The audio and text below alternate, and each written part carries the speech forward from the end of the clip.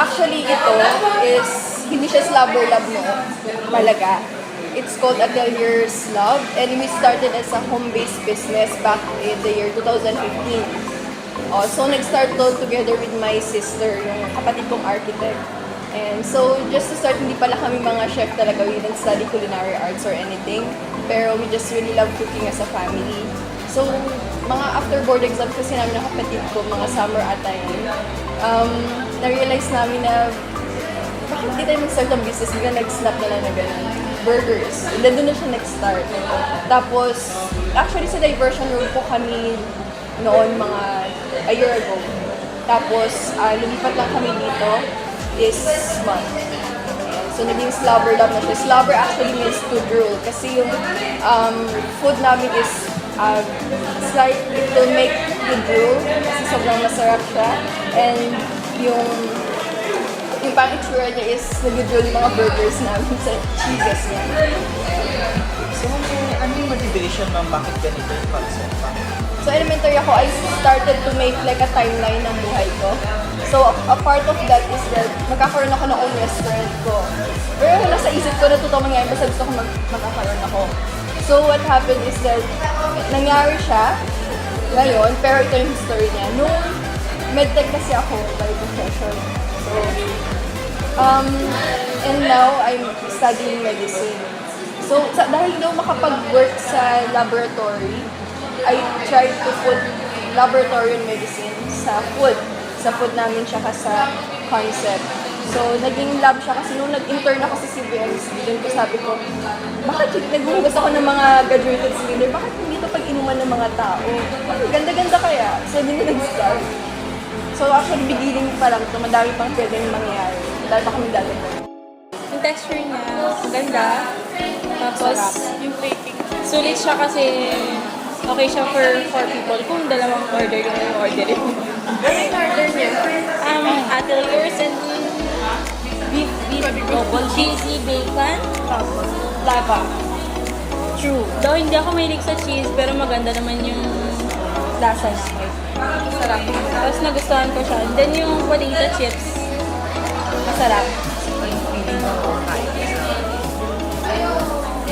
Since first time ko dito, maganda naman siya. Though, medyo na-weirdoan lang ako sa mga equipments na ginagamit since ginamit namin siya nung nag-aaral pa kami. But it's okay. Maganda naman. Lahat naman binabalikan nila. But the very original was yung pinaka first burger namin is the Atelier's signature. So, ano bang feeling ng nakasuot pa ng lab gown? Actually po marami pong tao, actually hindi aware pa na Slobber Lab is a restaurant. Iniisip po nila na we're doctors, we're dentists, and the like. Tsaka iniisip nila na yung store is parang clinic. Dahil pag nasa labas kami, they thought that we are doctors and dentists. Decente tignan kasi nakalagyan kami. Ang tingin ng tao sa amin ay medyo mataas kasi yung restaurant namin laboratory concept kasi siya. Kaya minsan na nagtatakaan nila kung ano ibig sabihin ng Slobber Lab. Pina-explain naman po namin kung anong concept namin sa restaurant. Amazed lang kami kasi nga last year yung gamit nila for serving the food, diba? Nakaiba lang. So yun, bilang BS Bio kami nag-graduate.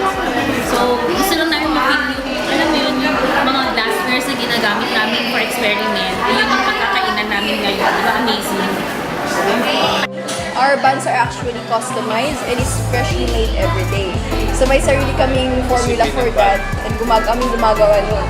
So wala siyang MSG. All our food is not preserved. So fresh every day, especially our beef.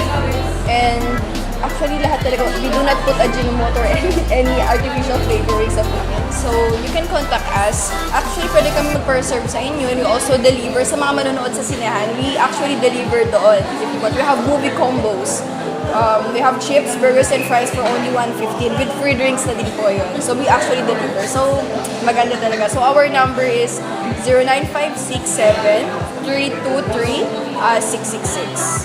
I would just like to invite lahat kayo to please visit Slobber Lab restaurant here in Robinson's Mall at level 2. And andito kami, antayin namin kayo. And we promise you that you will really have a great time and live healthily din. Kasi ang aming burgers are fresh, we do not preserve them, and our buns, everything. So, yeah.